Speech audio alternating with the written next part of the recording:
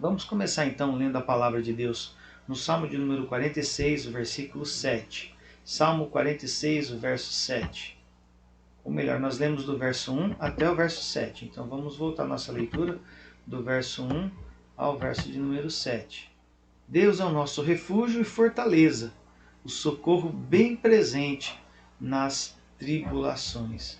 Portanto, não temeremos, ainda que a terra se transtorne e os montes se abalem no seio dos mares, ainda que as águas tumultuem e espumejem, e na sua fúria os montes se estremeçam.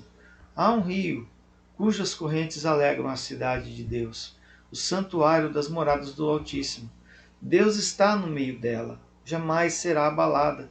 Deus a ajudará desde antemanhã. Bramam as nações, os reinos se abalam, ele faz ouvir a sua voz e a terra se dissolve. O Senhor dos exércitos está conosco. O Deus de Jacó é o nosso refúgio. Amém, queridos?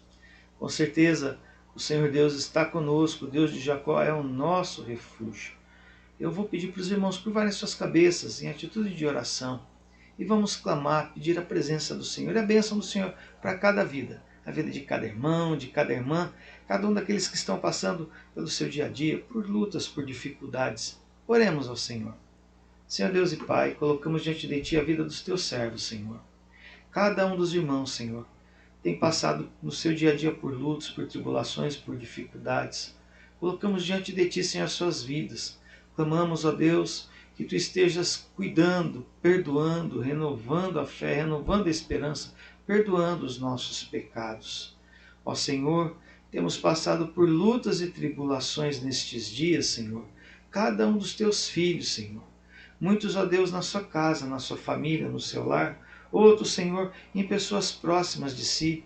Mas, ó Deus, temos a certeza, a convicção de que o Senhor dos exércitos está conosco. O Deus de Jacó é o nosso refúgio. Vem, Senhor, ser o refúgio, o esconderijo de cada irmão e cada irmã, que eles possam repousar, descansar as Tuas sombras, Senhor, a Tua sombra, ó Deus, e ali, ó Deus, refrigerar a sua alma, recuperar a esperança, a fé, o amor, ó Pai bendito, obtendo perdão dos pecados, Senhor. Nesta hora, ó Deus, confessamos a Ti também as nossas faltas, os nossos pecados, e lhe pedimos perdão, Senhor. Renova, Senhor, a vida de cada um de nós. É o que nós te pedimos por Cristo Jesus, o nosso Senhor e Salvador. Amém, Senhor Jesus. Amém, queridos irmãos. Vamos continuar nosso culto de louvor lendo mais um trecho da palavra de Deus. Está também nos Salmos. Salmo capítulo 34, versículo 1. Salmo capítulo 34, o versículo 1. Salmo 34, verso 1. Bendirei o Senhor em todo o tempo. O seu louvor estará sempre nos meus lábios. Gloriar-se-á no Senhor a minha alma. Os humildes o ouvirão e se alegrarão. Engrandecei o Senhor comigo, e todos a uma lhe exaltemos o nome. Amém? Vamos louvar e engrandecer o nosso Deus? Vem, esta é a hora da adoração. Vamos louvar ao Senhor com este cântico.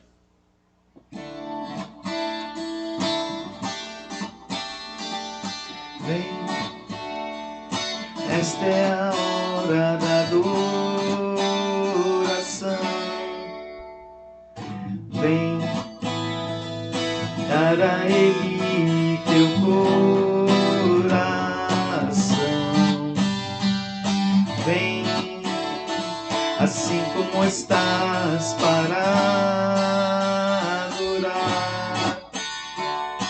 Vem, assim como estás diante do Pai. Vem,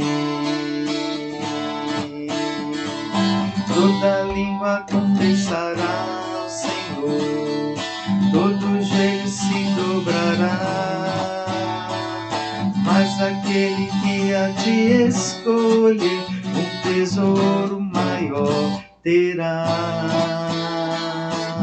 Toda língua confessará ao Senhor, todo joelho se dobrará, mas aquele que a ti escolher, um tesouro maior terá. Vem, vem,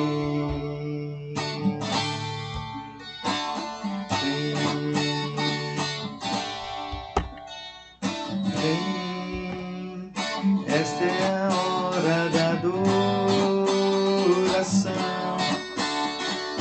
Vem para ele teu coração. Vem assim como estás para adorar. Vem assim como estás diante do Pai. Vem, toda língua confessará ao Senhor, todo joelho se dobrará, mas aquele que a ti escolher, um tesouro maior terá. Toda língua confessará ao Senhor, todo joelho se dobrará, mas aquele que a ti escolher, um tesouro maior terá. Vem, vem, vem. Amém. Louvado seja o Senhor. Toda língua confessará ao Senhor, todo joelho se dobrará, mas aquele a quem o Senhor escolher, um tesouro maior terá. Você crê nesta palavra, que o Senhor te escolheu desde a fundação do mundo para ser salvo, para ser liberto, para ser um rei, um sacerdote dele aqui nesta terra? Com certeza, eu sei que o Senhor Jesus pagou um alto preço pela tua vida e pela minha vida. Ele morreu na cruz do Calvário para nos fazer uns com os outros, mas acima de tudo para nos unir com Ele em salvação e em libertação eterna. Vamos continuar louvando ao Senhor com este cântico que diz: eu sei que foi pago um alto preço.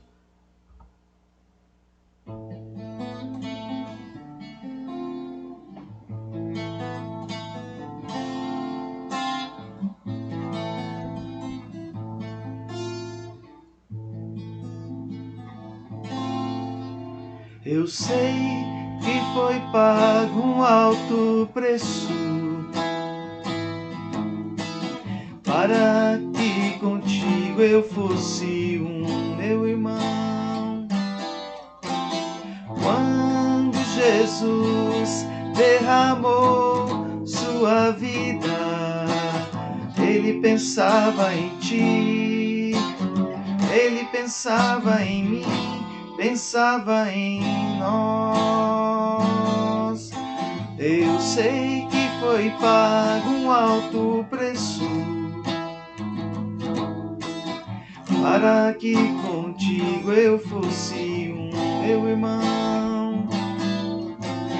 Quando Jesus derramou sua vida, Ele pensava em ti, Ele pensava em mim, pensava em nós, e nos via redimidos por seu sangue, lutando um bom combate do Senhor, lado a lado, trabalhando, sua igreja edificando e rompendo as barreiras pelo amor. E na força do Espírito Santo nós proclamamos aqui que pagaremos o preço de sermos um só coração no Senhor. E por mais que as trevas militem e nos tentem separar, nossos olhos em Cristo, unidos iremos andar,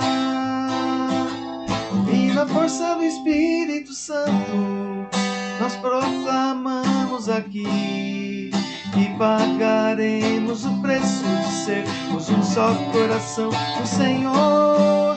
E por mais que as trevas militem e nos tentem separar, com nossos olhos em Cristo, unidos iremos andar. Oh, oh, unidos iremos andar. Aleluia, unidos iremos andar.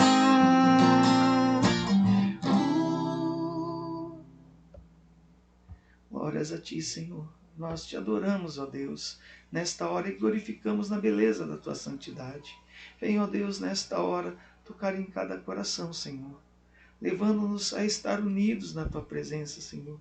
Que nós sabemos que o Senhor pagou um alto preço por cada vida, por cada irmão, por cada pessoa que nos ouve nesta noite. O Senhor pagou o sangue de Jesus Cristo derramado na cruz. Este sangue ali derramado foi o preço pago pelas nossas vidas, para que pudéssemos hoje ter vida em abundância, para que pudéssemos hoje ser salvos de todo o pecado. Por isso tudo, Senhor, nós Te agradecemos, Te glorificamos e Te exaltamos. Em nome de Jesus. Amém e amém. Sabe, queridos irmãos, enquanto não nos rendemos totalmente ao Senhor, a nossa vida não é transformada.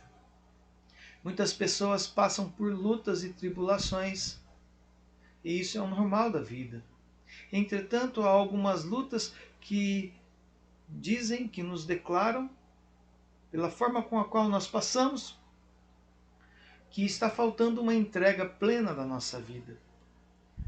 Há lutas que exigem de nós que a gente chegue para o Senhor e diga: Senhor, eu entrego a Ti a minha vida. É sinal que ainda não nos entregamos totalmente ao Senhor. Ainda temos reservas com relação ao nosso Deus. Há muitas pessoas que poderiam ser uma bênção se entregassem totalmente ao Senhor e deixassem Deus usar as suas vidas e agir plenamente.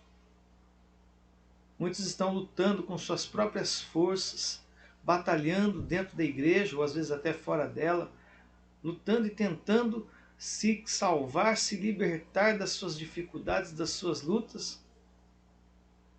E isso é o mais importante naquele momento para aquela pessoa. Ela acha que aquela luta, aquele esforço pessoal que ela tem feito é o principal.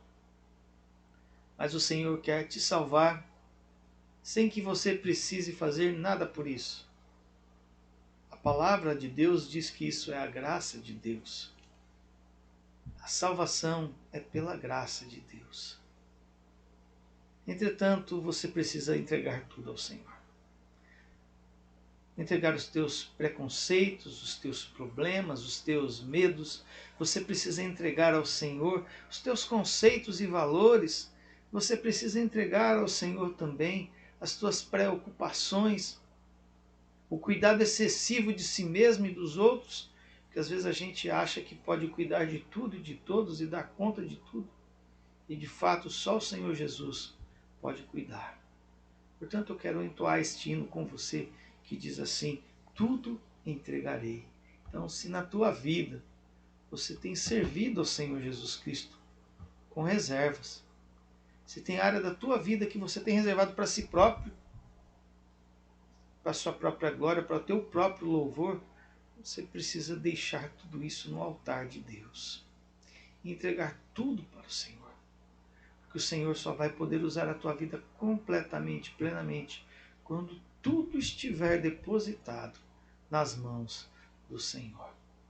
Vamos louvar a Deus com este hino que diz: tudo entregarei.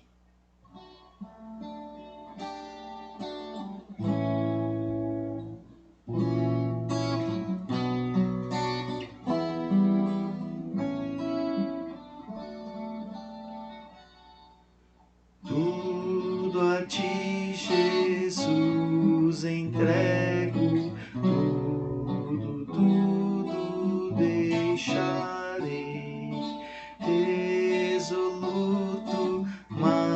submisso, sempre a ti eu seguirei. Tudo entregarei, tudo entregarei.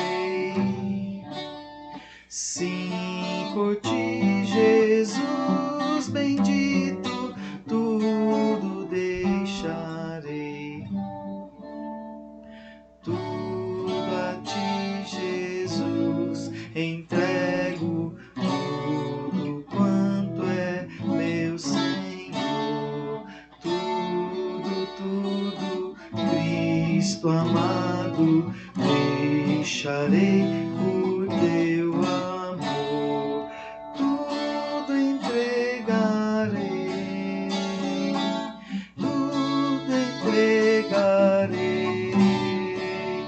Sim, por ti, Jesus bendito, tudo deixarei. Tudo a ti, Jesus, entrego. Quero ser somente seu, tão submisso aqui, vivendo como os anjos lá no céu. Tudo entregarei,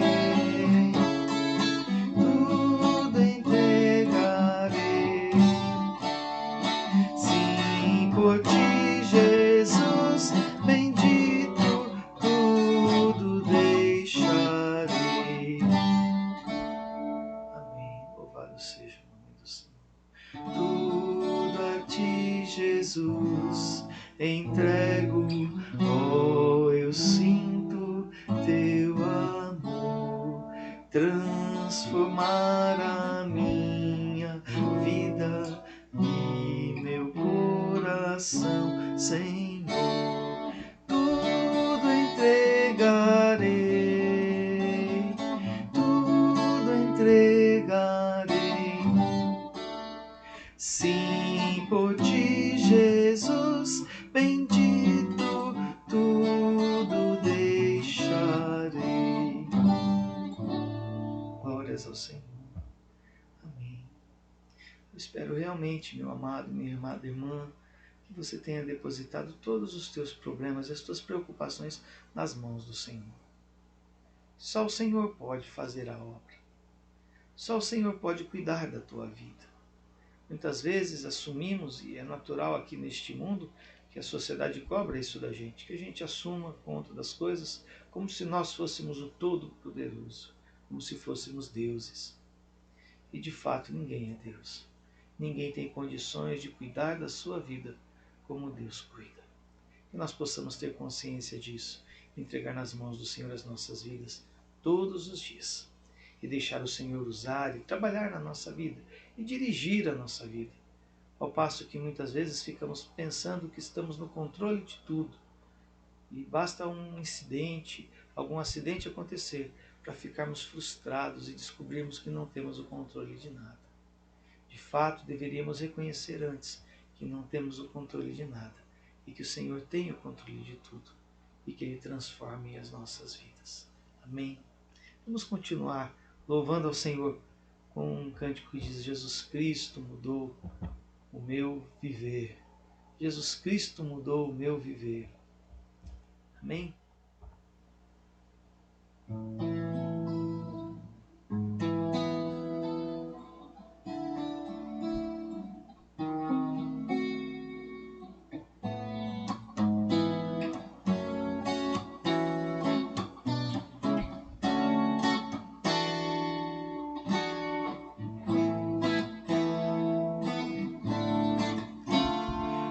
Jesus Cristo mudou meu viver.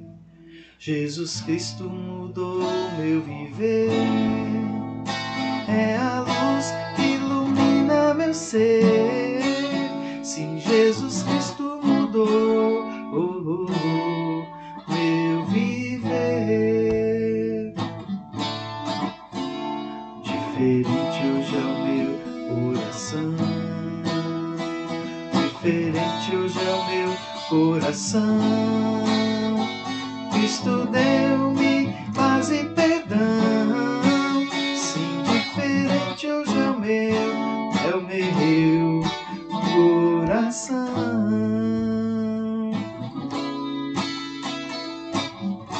O amor só conheci em canções que falavam de ilusões. Tudo agora é diferente, Cristo prova a toda gente, pois Cristo deu-me seu amor. Jesus Cristo mudou meu viver. Jesus Cristo mudou meu viver. É a luz que ilumina meu ser.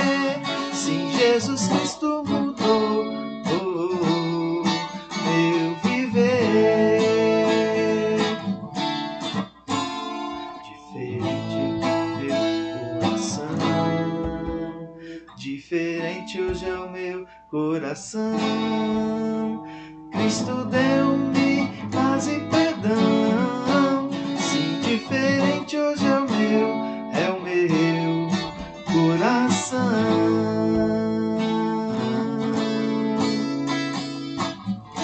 O amor só conheci em canções que falavam de ilusões, mas tudo agora é diferente. Cristo fala a toda gente, pois Ele deu-me seu amor. Jesus Cristo mudou meu viver. Jesus Cristo mudou meu viver. É a luz que ilumina meu ser. Sim, Jesus Cristo mudou meu viver. Sim, Jesus Cristo mudou meu viver. Meu viver. Meu viver.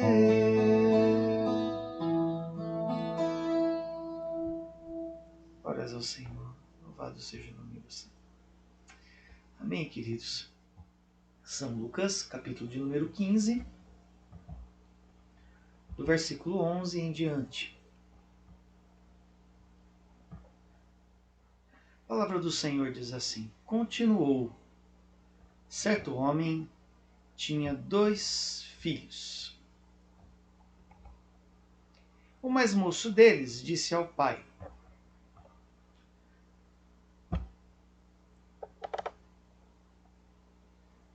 Pai, dá-me a parte dos bens que me cabe. E ele lhes repartiu os haveres. Passados não muitos dias, o filho mais moço, ajustando tudo o que era seu, partiu para uma terra distante. E lá dissipou todos os seus bens, vivendo dissolutamente. Depois de ter consumido tudo, sobreveio àquele país uma grande fome, e ele começou a passar necessidade. Então ele foi e se agregou a um dos concidadãos daquela terra, e este o mandou para os seus campos a guardar porcos. Ali desejava ele fartar-se das alfarrobas que os porcos comiam, mas ninguém lhe dava nada. Então, caindo em si, disse: Quantos trabalhadores de meu pai têm pão com fartura, e eu aqui morro de fome. Levantar-me-ei e irei ter com meu pai, e lhe direi: Pai, pequei contra o céu e diante de ti. Já não sou digno de ser chamado teu filho. Trata-me como um dos teus trabalhadores. E levantando-se, foi para o seu pai. Só até aí apenas, depois nós continuamos, queridos. Curva a tua cabeça, fecha os teus olhos. Senhor Deus e Pai, nós colocamos diante de Ti a vida de cada irmão e cada irmã. Suplicamos a Tua bênção gloriosa, Senhor, sobre estas vidas. Sobre a nossa vida também, Senhor. sobre a minha vida. Vem, Senhor, nesta hora, toma, Senhor, meu coração nas tuas mãos e o coração de cada um dos nossos ouvintes, cada um dos nossos irmãos e irmãs, e fala, Senhor, conosco, através da tua palavra. Preparamos a tua palavra, oramos e buscamos a ti. O Senhor tocou no nosso coração, com todas as nossas fraquezas e limitações, Senhor, nos colocamos nas tuas mãos, para que o Senhor nos use poderosamente, Senhor, e aperfeiçoe a tua palavra em nós, para que seja o teu Espírito quem fale, e não, Senhor, a voz do homem. Pedimos-te tudo isso em o nome de Cristo Jesus, o nosso Senhor e Salvador. Amém. Esta palavra que estamos tratando nesta noite fala do filho que não voltou. Ou melhor, do filho pródigo. O filho que voltou. Há um filho que não voltou. O filho pródigo é aquele filho que volta.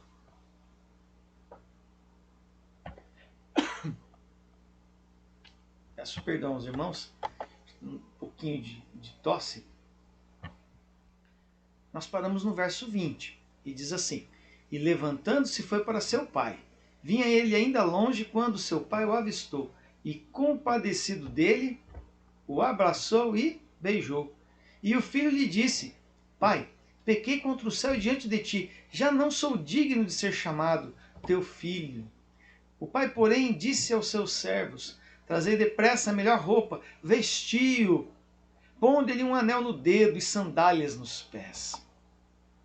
Trazei também e matai o novilho cevado, e comamos, e regozijemo-nos. Porque este meu filho estava morto e reviveu, estava perdido e foi achado.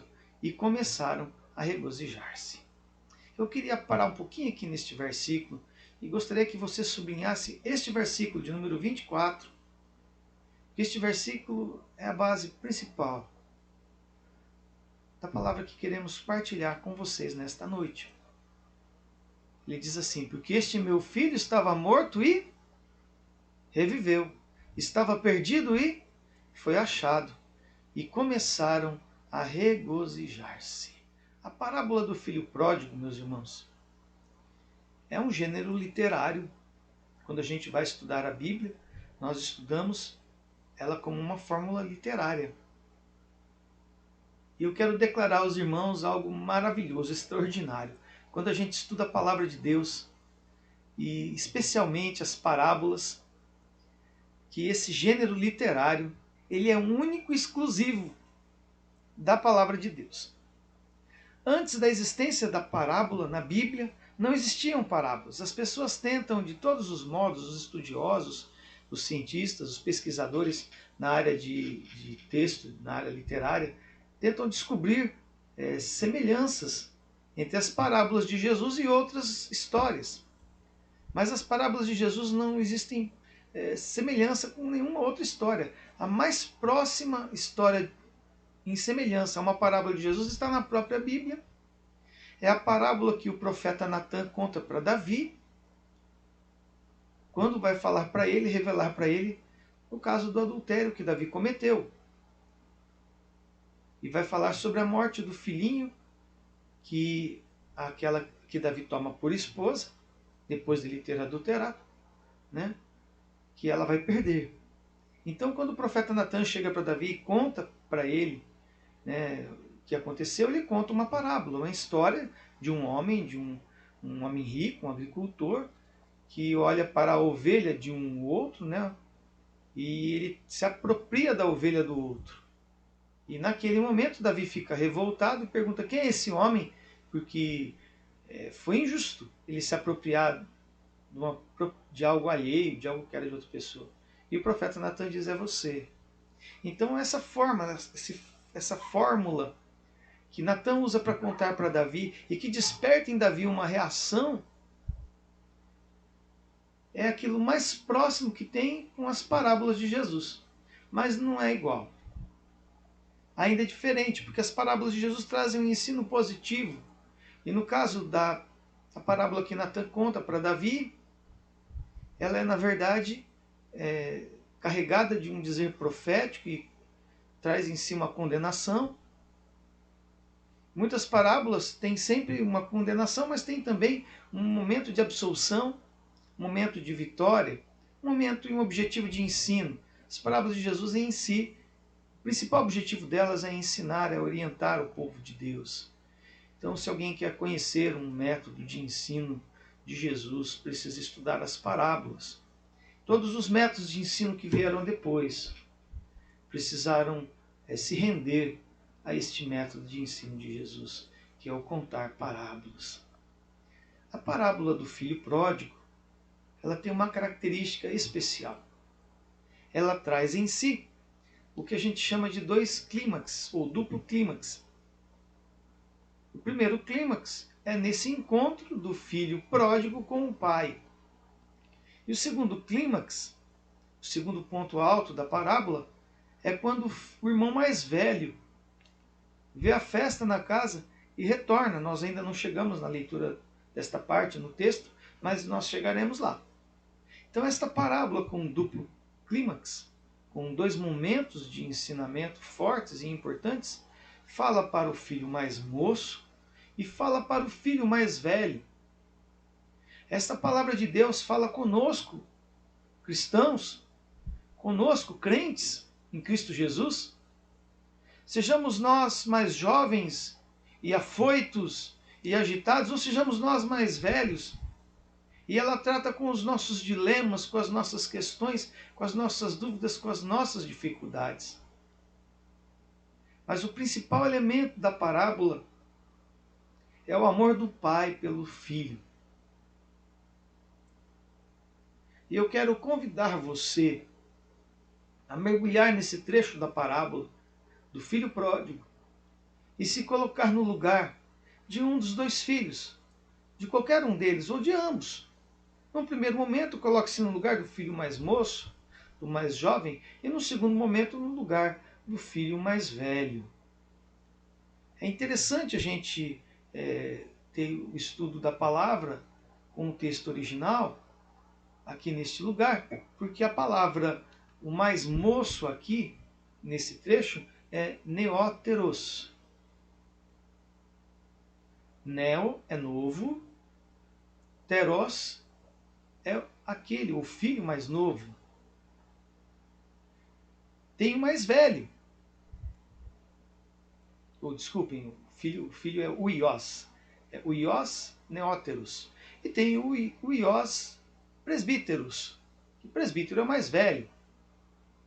É o mais novo, neóteros, o mais novo, e o mais velho, presbíteros. Então, quando a gente fala hoje em dia de um presbítero, e algumas denominações usam a palavra ancião, a Bíblia diz que é o mais velho. Então, pegando bem ao pé da letra no texto original, o filho mais velho aqui era o presbítero, e o filho mais novo é o neóteros. É assim que eles se referiam. Então, se você tem dois filhos, um mais velho e um mais novo, o mais novo é neóteros e o mais velho, presbíteros. Simplesmente a palavra significava aquilo que a pessoa era, mais velho, o outro mais novo. Não tem muito o que aprofundar nesse tema. Quer dizer, o termo aí não é técnico. Não é para dizer que era um líder da igreja, não dá para dizer que era o presbítero da igreja, como nós entendemos hoje a liderança de uma igreja como uma pessoa mais experiente, mais velha. Não dá para dizer que era o ancião da igreja. Não, queridos. Ali no trecho bíblico ele está simplesmente falando que haviam dois filhos, um era mais velho e o outro era mais novo. E fala de um pai que ama a ambos os filhos com a mesma intensidade. E quantas vezes na nossa sociedade de hoje nós achamos que o nosso pai ou a nossa mãe ama mais a um nosso irmão do que a nós? Quantos de nós tem aí uma perspectiva dessa? E agora eu quero convidar você para continuar a leitura e vermos essa perspectiva no texto bíblico, que é a perspectiva do filho mais velho. E aqui esse trecho da palavra de Deus, além de tratar da salvação, da conversão, ele também trata da questão dos relacionamentos entre as pessoas, do relacionamento entre as pessoas na igreja, relacionamento entre irmãos, como Deus, o Pai, deixa registrado na Sagrada Escritura, para mim e para você, como nós devemos tratar com essas questões de divergências entre as pessoas, entre os filhos, entre o filho mais novo e o filho mais velho. A gente às vezes segue manuais de psicologia, de ensino, e esquecemos que a palavra de Deus, livro tão antigo, traz um ensino tão valoroso, tão importante de como ensinar e como educar os nossos filhos. E como nós podemos nos relacionar com as pessoas. E como que a palavra de Deus nos ensina e orienta a lidar com esses problemas. E às vezes ficamos recorrendo a formas de ação que não resolvem o problema, que agravam e alavancam os problemas para um nível mais elevado de problematização, que nunca chega a uma solução, quando a palavra de Deus traz a solução clara de como se resolve esse problema. Vamos para a palavra? Ver o que esse jovem faz e como ele reage. Ora, o filho mais velho... Opa, esqueci de mudar aqui a palavra. Pronto, queridos, agora sim. Ora, o filho mais velho estivera no campo, e quando voltava, ao aproximar-se da casa, ouviu a música e as danças, e chamou os criados e perguntou-lhe que era aquilo. E esse criado lhe informou: veio teu irmão e teu pai e mandou matar o novilho cevado, porque o recuperou com saúde. Espera lá, vou ler de novo, irmãos. Eu atropelei um pouco a leitura aqui.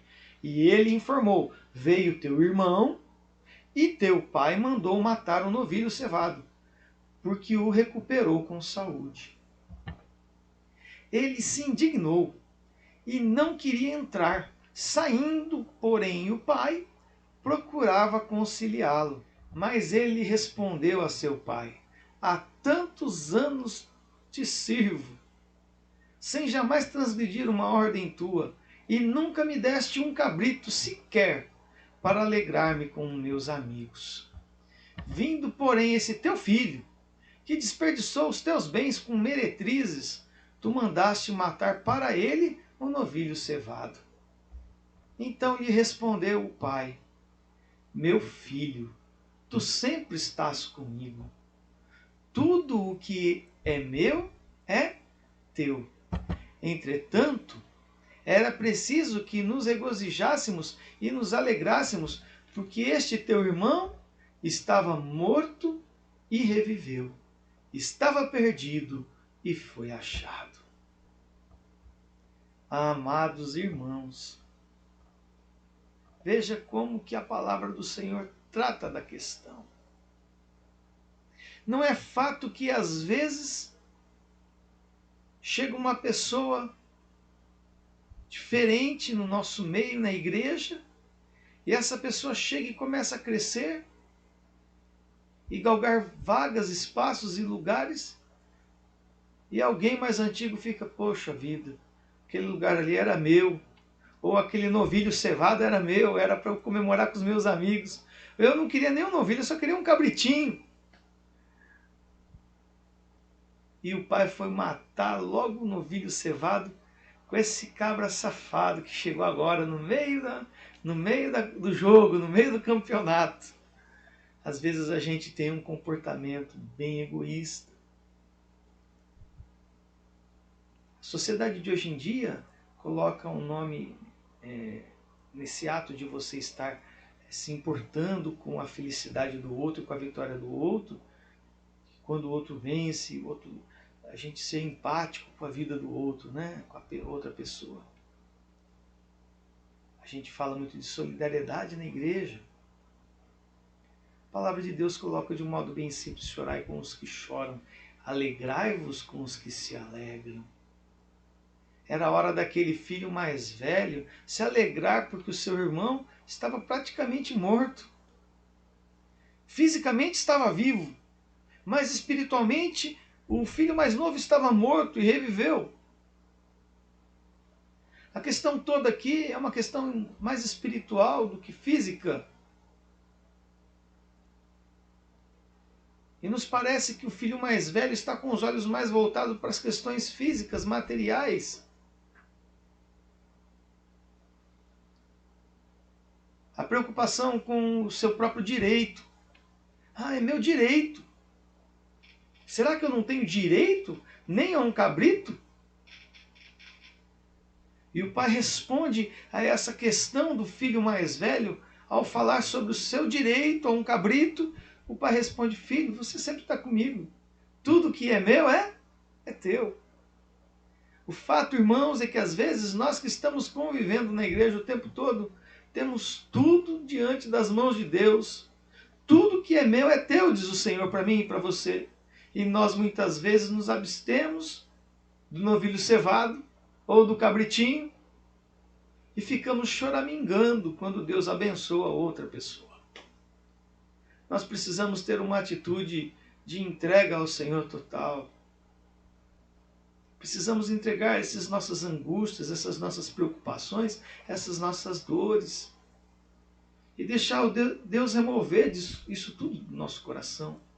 São plantas, ervas daninhas que o nosso Pai não plantou no nosso coração, que Deus não plantou na tua vida, Deus não plantou na minha vida. A mágoa, a amargura, o pesar. O Pai falou: esse teu irmão era morto e reviveu. Estava perdido e foi achado.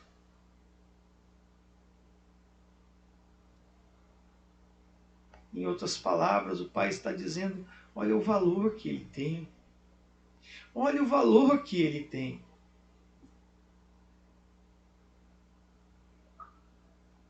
O que nos falta muitas vezes é olharmos o valor que as pessoas têm.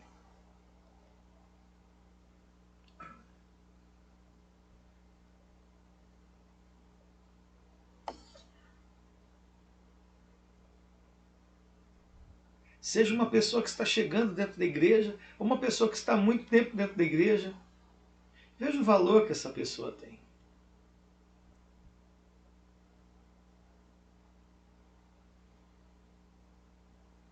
E às vezes pensamos no valor como se a gente fosse proprietário também das pessoas, que é outra forma da gente pensar errado, né? Que é mais ou menos a forma do filho mais novo. O filho mais novo chega para o pai e diz: pai, dá-me parte da herança que eu tenho, a que eu tenho direito. É o problema do direito de novo. Esses problemas que nós enfrentamos hoje na sociedade envolvendo direito, as pessoas todas cheias de direito, querem só direitos. Ninguém busca mais os deveres, as obrigações, querem só direitos.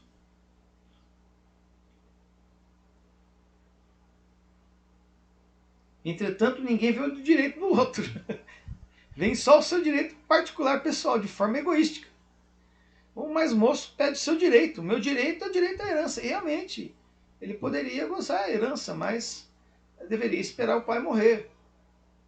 Mas o pai acha justo, dá ele o direito da herança e ele leva embora. E a palavra de Deus diz que ele esbanjou tudo. Ele gastou tudo, não sobrou nada. Você sabe, né, querido? Quantos amigos do dinheiro aparecem, né? Quando a pessoa está com dinheiro no bolso, assim, ó, de amigo. É lotado. Quando o dinheiro desaparece, aí não tem amigo. Quando a pessoa tem um carro novo, uma casa nova, uma piscina na casa, nossa, lota de amigo.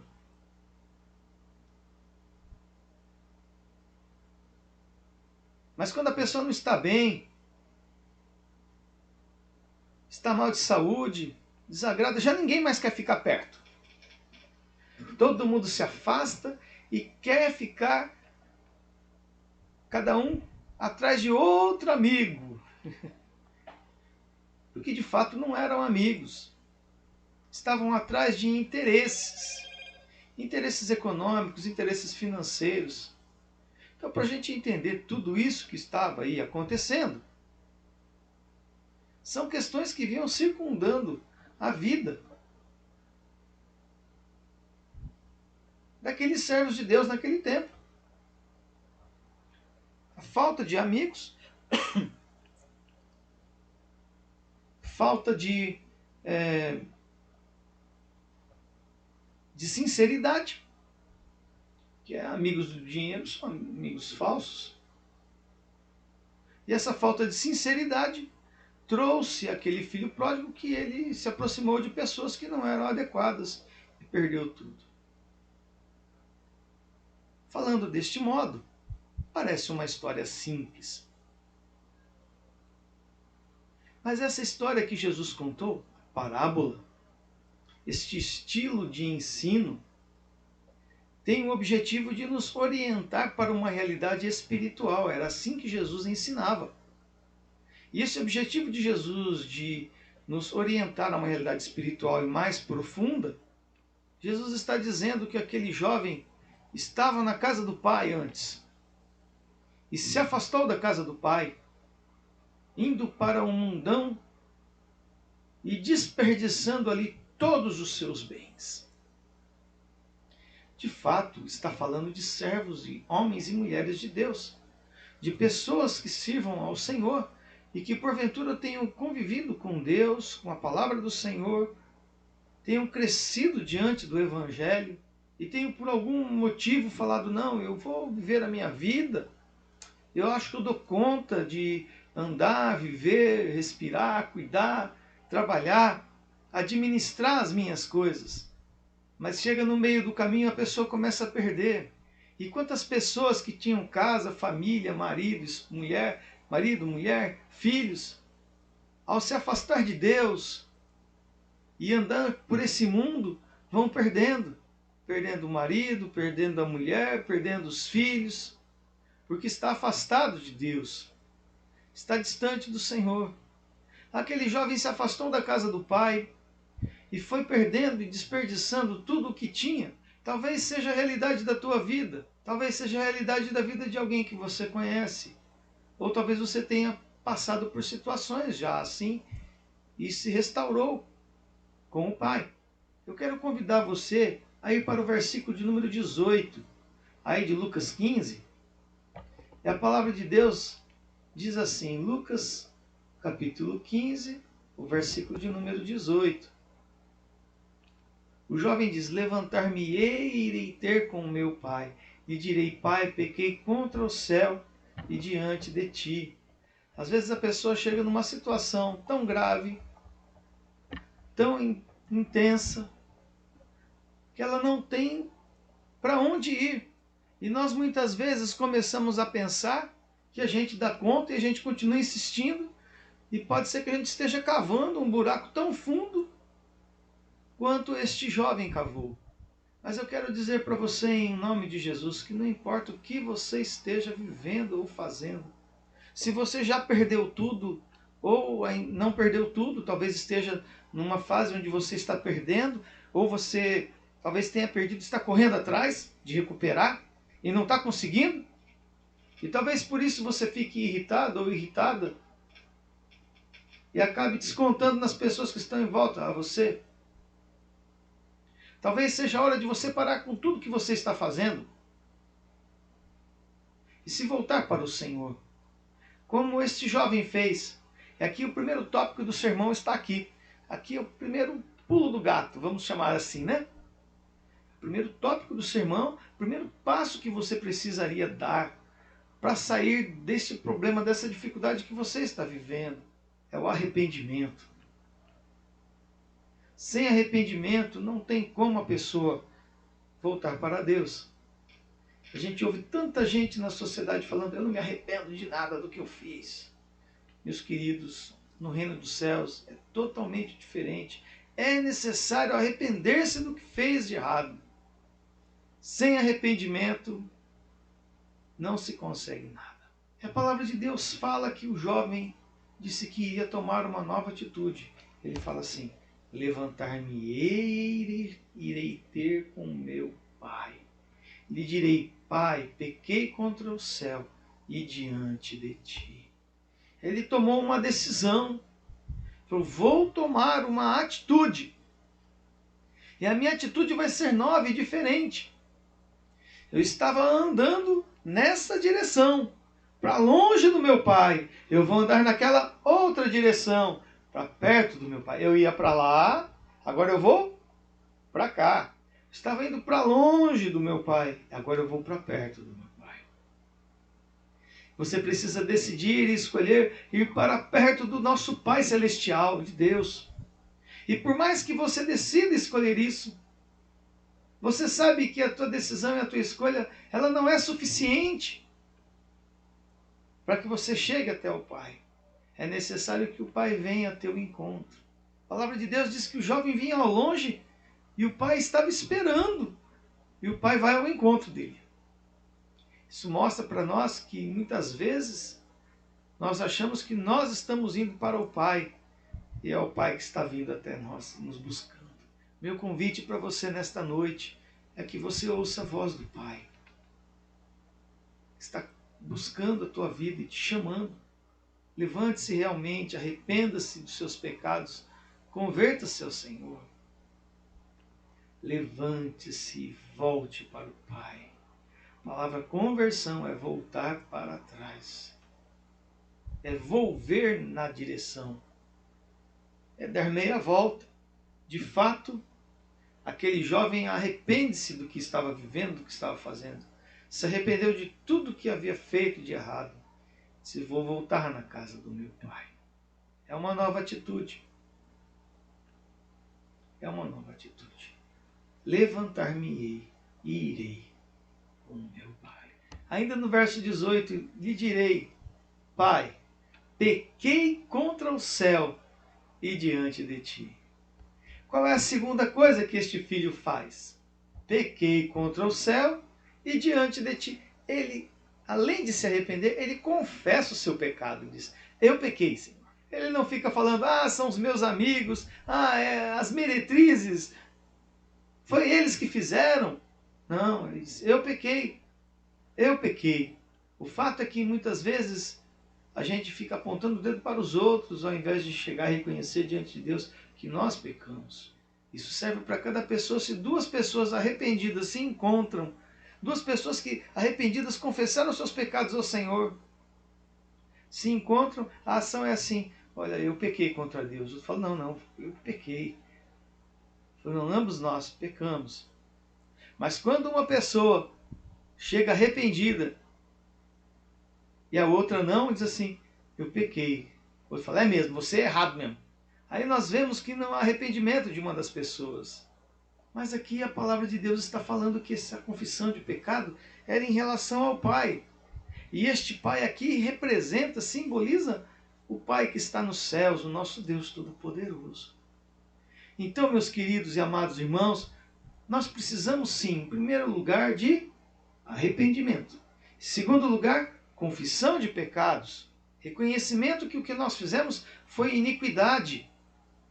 Foi desobediência ao ensino de Deus. Nós sabíamos que deveríamos ouvir a voz de Deus, consultar o Senhor antes de tomar qualquer decisão, de fazer qualquer ato.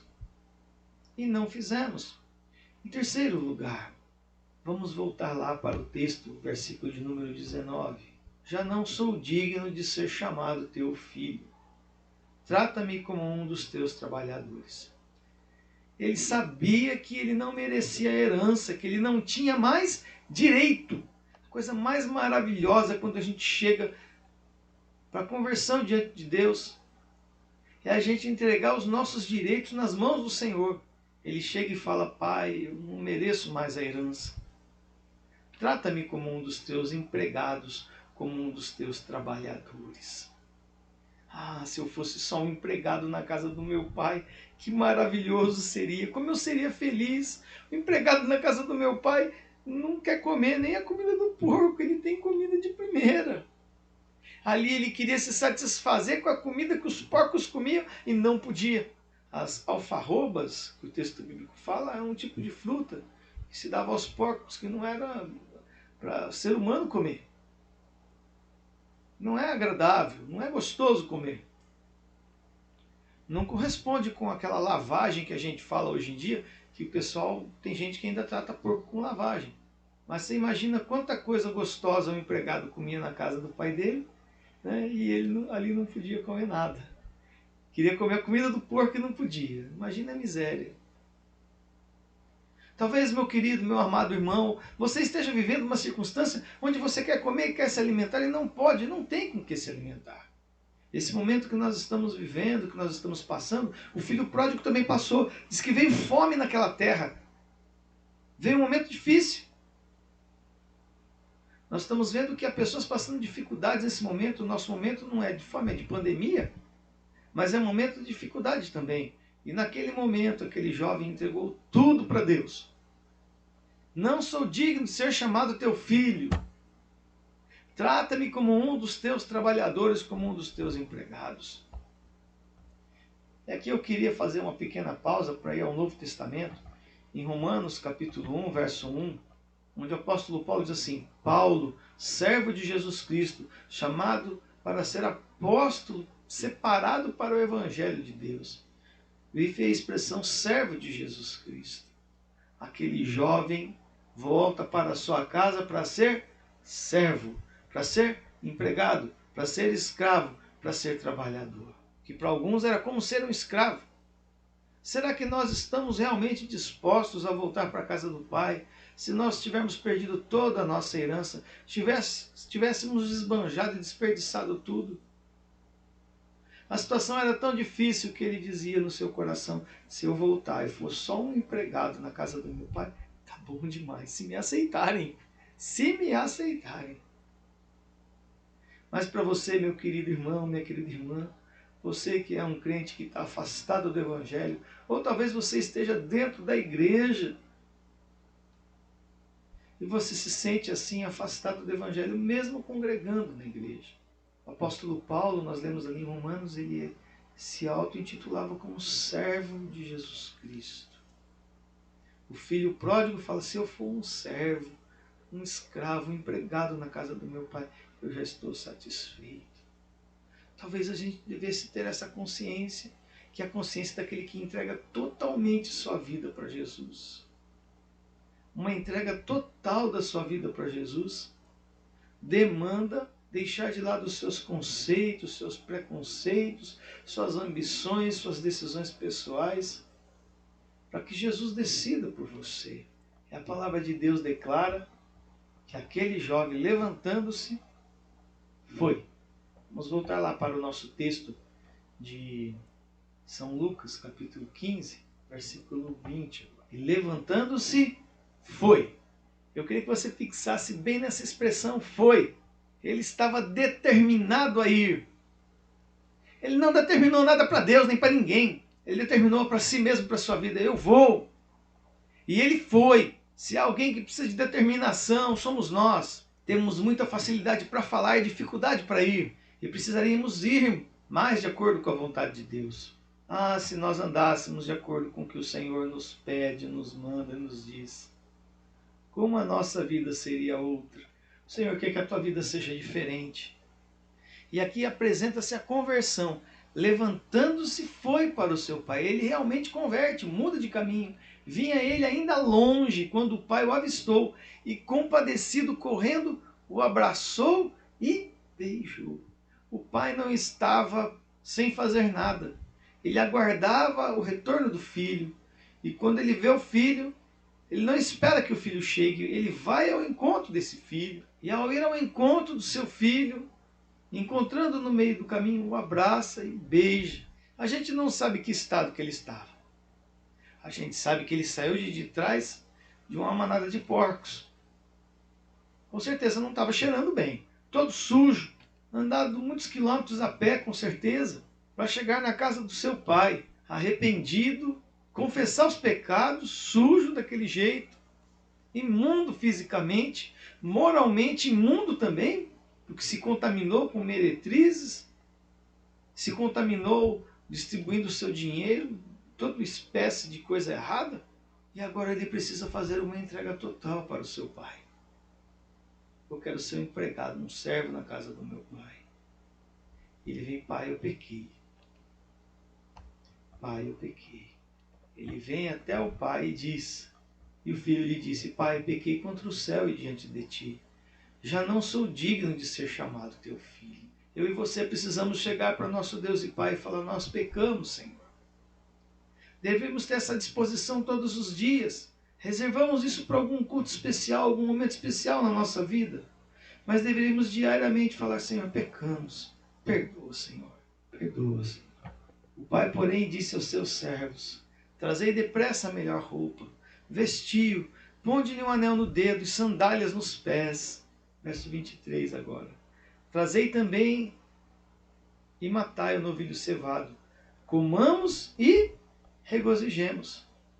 Porque este meu filho estava morto e reviveu, estava perdido e foi achado. E começaram a regozijar-se. Em outras palavras, o pai diz: este meu filho se converteu. O filho passa a voltar à convivência do pai como filho, sem ter direito à herança, mas o pai dá uma festa, porque o recuperou com vida. Ninguém ali está preocupado com o direito de herança do filho, porque o pai fica usufruindo da parte que lhe cabe e que caberia ao outro filho. E agora, teoricamente, não poderia dispor dessa parte para aquele filho. É isso que talvez o mais velho esteja reclamando, dos seus direitos. E o mais novo, como filho, que sabe que não tem direito, não pediu nada. O pai quis fazer. Assim, quando um pecador se arrepende, há festa nos céus. Se você, meu querido e minha querida, que está olhando para mim nesta noite e ouvindo esta palavra, se arrepende, confessa os seus pecados, se converte e volta para o Senhor e fala: Senhor, um servo na tua casa é uma bênção. Seria muito mais feliz sendo empregado na casa de Deus do que ser patrão da minha própria vida. Como tanta gente por aí tem pregado que é mais importante ser patrão da sua própria vida.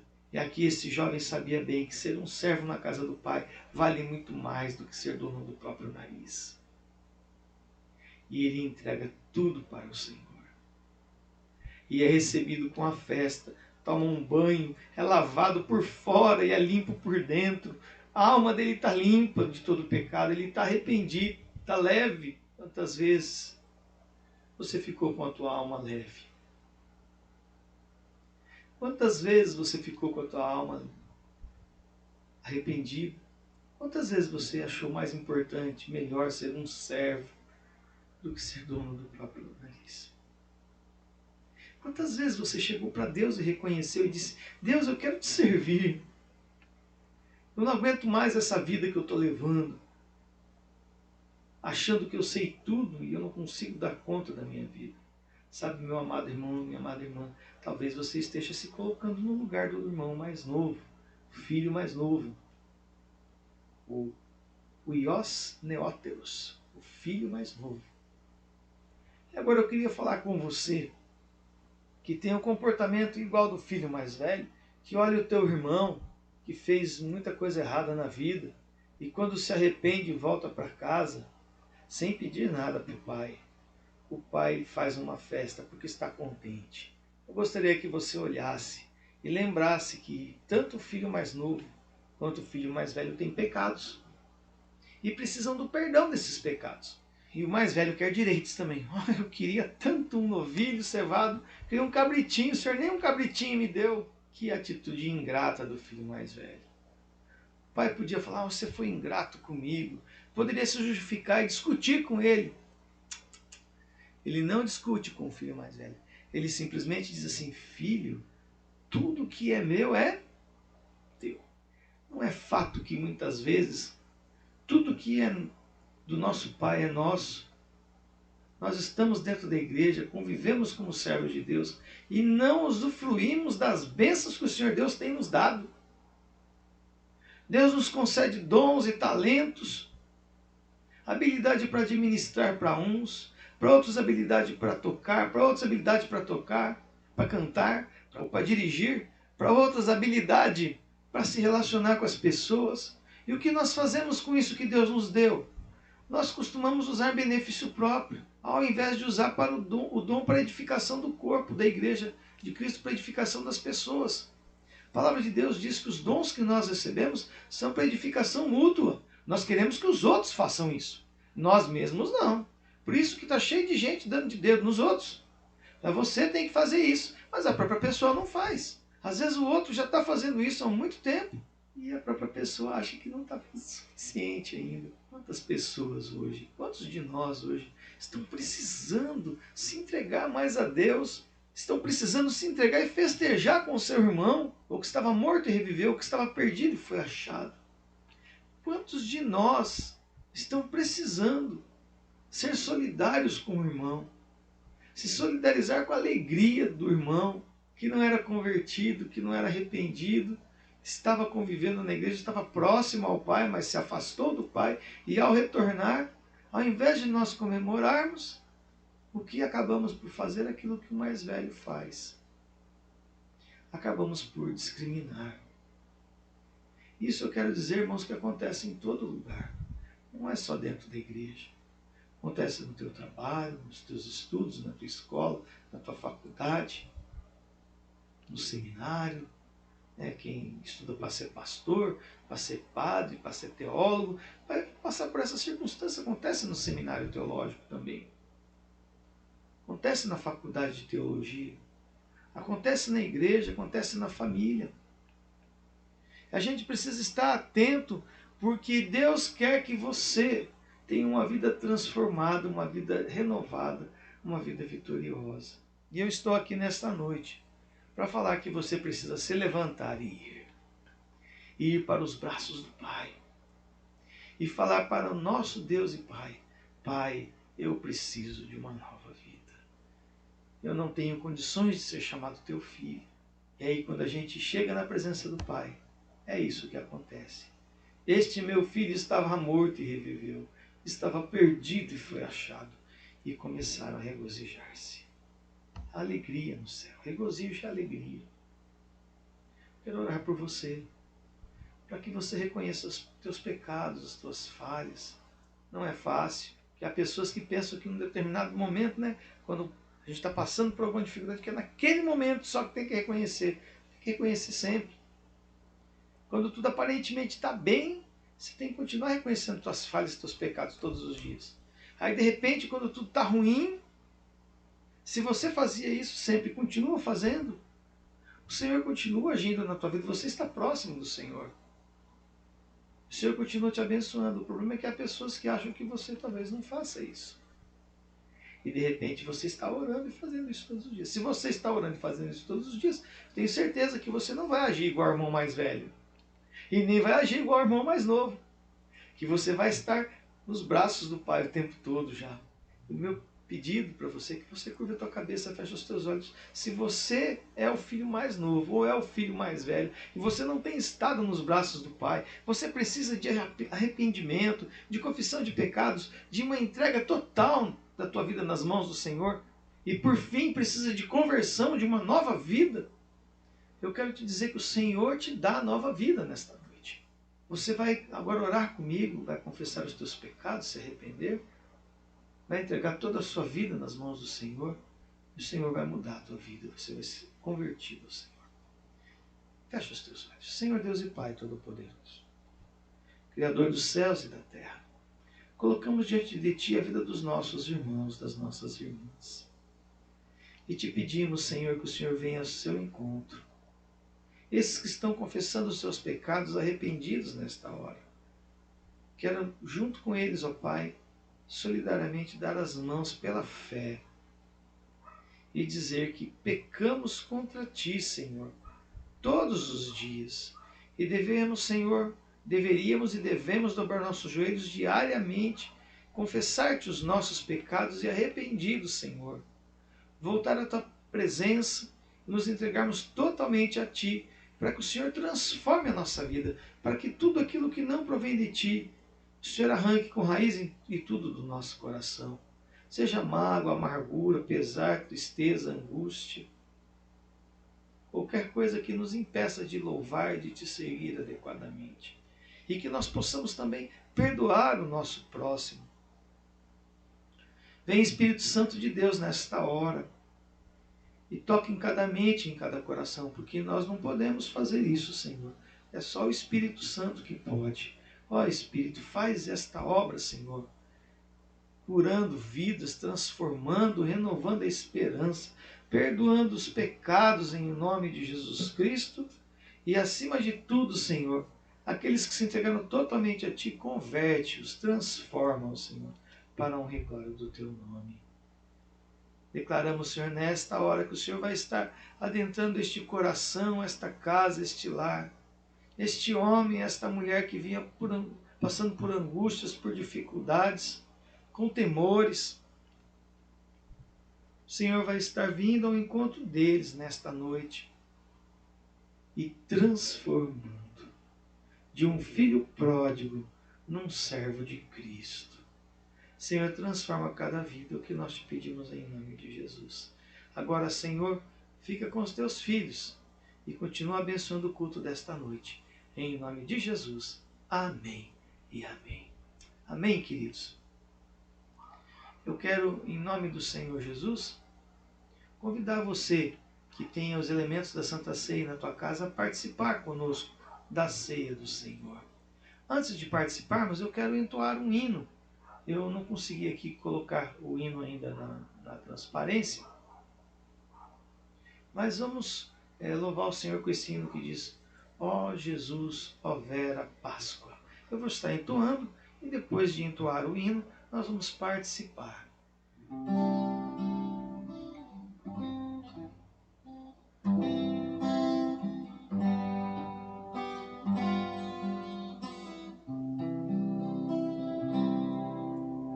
Ó Jesus, ó vera Páscoa,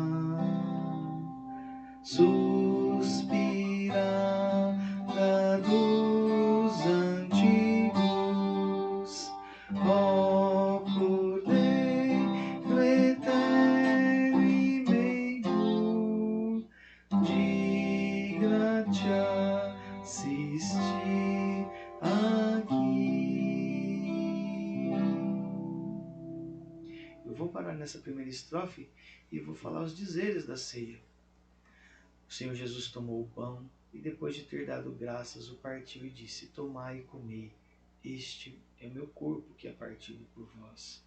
De modo semelhante tomou o cálice e disse: tomai e bebei, este é o cálice da nova aliança no meu sangue, porque todas as vezes que comerdes do pão e beberdes do cálice, celebrais a morte do Senhor, até que ele venha.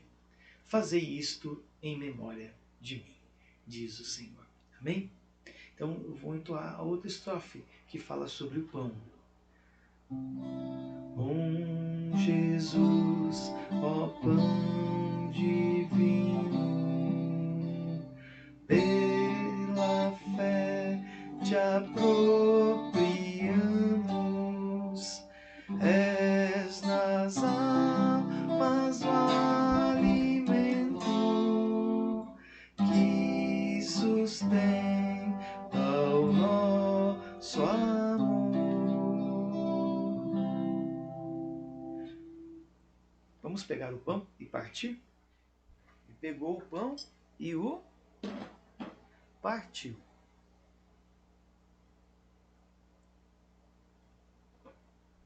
Tomai e comei, este é o meu corpo que é partido por vós.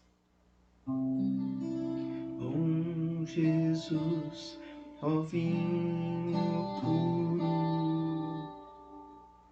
de perene bem a fonte, faze que nossa alma viva para ti, de ti, em ti.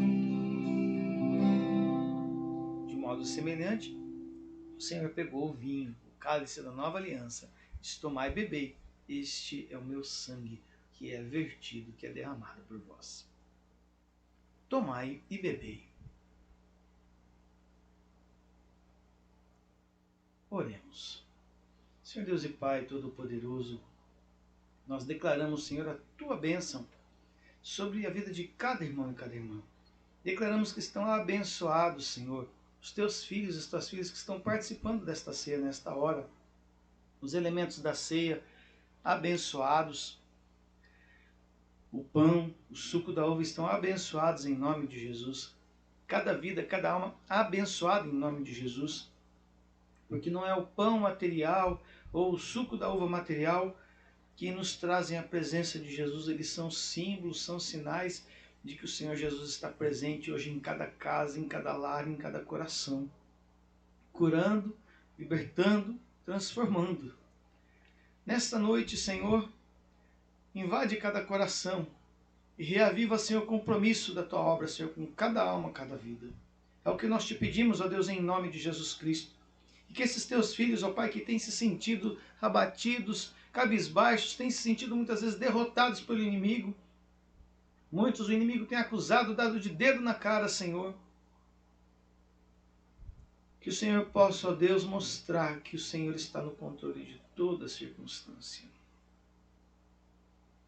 Que o Senhor é Deus Todo-Poderoso. Que o Senhor é Deus que cura, que liberta, que salva, que restaura. Ó Senhor, que o Senhor possa restaurar cada uma destas vidas, como o Senhor restaurou aquele filho pródigo, aquele filho mais moço. É verdade, Pai, que nós não sabemos o que aconteceu com o filho mais velho. O trecho da Tua palavra não declara qual decisão ele tomou. Apenas a resposta do Pai: tudo que é meu é teu. Senhor, que nós não fiquemos, ó Pai, melindrados porque algum servo teu, alguma serva tua, cresceu no teu reino bastante forte,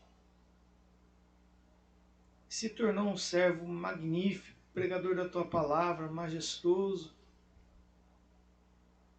porque chegou depois, porque é recém-convertido, ou porque teve envolvido com toda espécie de podridão, mas que nós possamos compreender a dor do nosso irmão e de braços abertos, igual ao Pai, recebermos ele no nosso meio, Senhor, ou ela, Senhor, aquele que o Senhor Deus tem preparado. Por isso, quebranta os nossos corações e continua atuando na nossa vida. Nós te pedimos tudo isso, agradecidos em nome de Jesus Cristo, o nosso Senhor e Salvador. Amém, Senhor Jesus, e amém. Quero agradecer a presença de todos os irmãos nessa noite, pedir que o Senhor Deus continue abençoando a vida de cada um de vocês, dirigindo os passos, para que vocês possam estar em todo o momento servindo ao Senhor, glorificando o nosso Deus. Vamos passar um momento de oração final, para que possamos encerrar o culto desta noite. Curva a tua cabeça, fecha os teus olhos, vamos falar com o Senhor. E depois em seguida eu vou estar impetrando a bênção. Amém, queridos irmãos? Deus abençoe realmente a todos. Senhor Deus e Pai, nós colocamos diante de Ti, Senhor, a vida de cada um dos Teus filhos. Aqueles que estão angustiados, que estão entristecidos, aqueles que têm passado por enfermidades. Senhor, aqueles que têm parentes ou familiares, alguém doente, enfermo. Ó Pai, não importa o tipo de doença, mas que o Senhor possa estar em um encontro, Senhor, dessas famílias e curando e libertando de todo o mal. Sabemos, ó Deus, de tantas dores, tantas lutas, Senhor, que o Teu povo tem passado. E nós clamamos nesta hora, te pedimos, Espírito Santo de Deus, vem e derrama paz, vem e derrama as bênçãos, vem e derrama libertação, vem e derrama poder, autoridade, Senhor. E liberta o Teu povo, Senhor, de toda e qualquer opressão. Em nome de Jesus Cristo, Senhor, é que nós te pedimos, ó Deus, agradecidos, Senhor. Vem, Senhor, e fala, Senhor. Fala, Senhor, com a Tua igreja. Fala poderosamente, Senhor. Ó Pai bendito, vai libertando, vai transformando, vai renovando a esperança, renovando a fé, renovando o amor em cada momento, a cada dia, Senhor. Tudo isso nós te pedimos, ó Deus, em nome de Jesus Cristo, nosso Senhor e Salvador, e para a Tua honra e para a Tua glória, Senhor. Ó Pai bendito, vem, Senhor, e repõe, Senhor, a energia, repõe, Senhor, a esperança, repõe a fé, repõe o amor, fortalece a Tua igreja, Senhor, nesta noite, fortalece a cada irmão e cada irmã. Vem, Senhor, visita a Tua igreja, derrama da Tua paz, derrama do Teu amor, derrama da Tua esperança, derrama da Tua fé, Senhor. Tudo isso te pedimos por Cristo Jesus. Recebe a bênção do Senhor. Que a graça de nosso Senhor e Salvador Jesus Cristo, o amor de Deus Pai, Criador dos céus e da terra, a comunhão e as consolações do Espírito Santo estejam com todos vós e com o povo de Deus espalhado pela face da terra, desde agora e para todo sempre. Amém e amém.